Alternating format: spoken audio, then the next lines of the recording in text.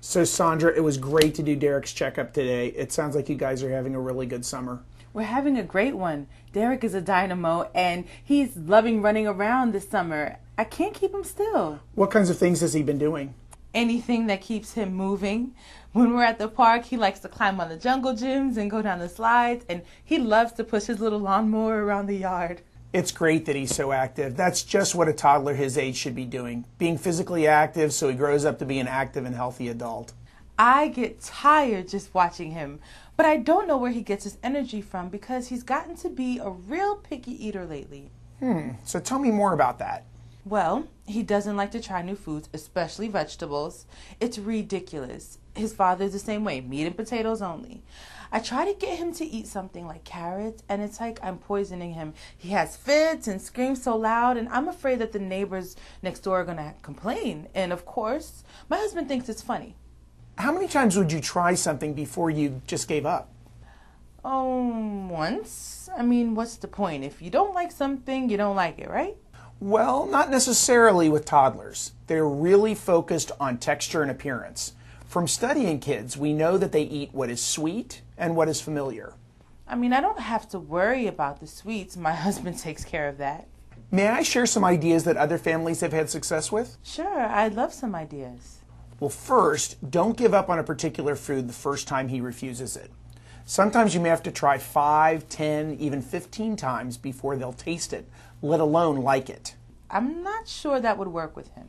Well, it may sound crazy, but you know kids. Sometimes it takes them 10 times before they even touch something. Then they put it in their ear, and finally they may put their tongue on it. Sometimes we even let kids chew the food and spit it out if they don't like it. I guess what I'm saying is it's okay to let him play with his food sometimes.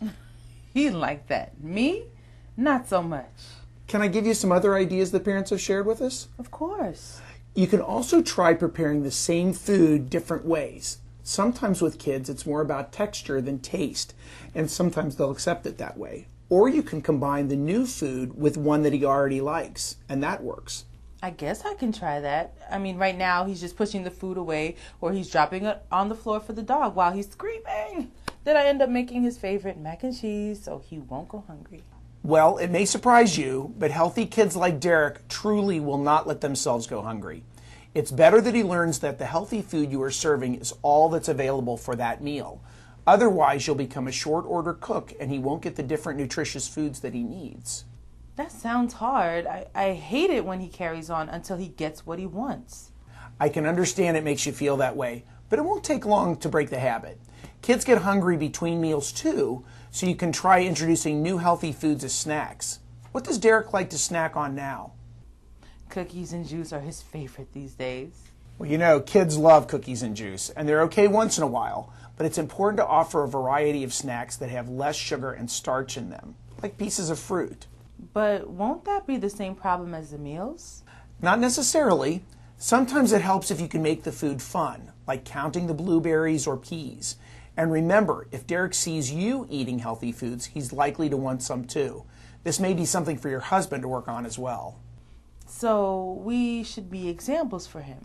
Exactly. Good nutrition lowers everyone's risk for diseases like high blood pressure and diabetes. My father had high blood pressure, but I didn't know eating had that much to do with it.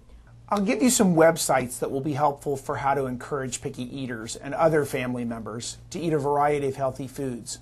On the HALF website, there's some really great ideas from other parents and professionals on overcoming some of those barriers to nutrition in 18-month-olds. Thanks so much, Doctor. What I'll do is I'll look into that and maybe I can get some ideas from it. That's great, Sandra. And just remember, we're always here if you have any questions. Thank you. My pleasure.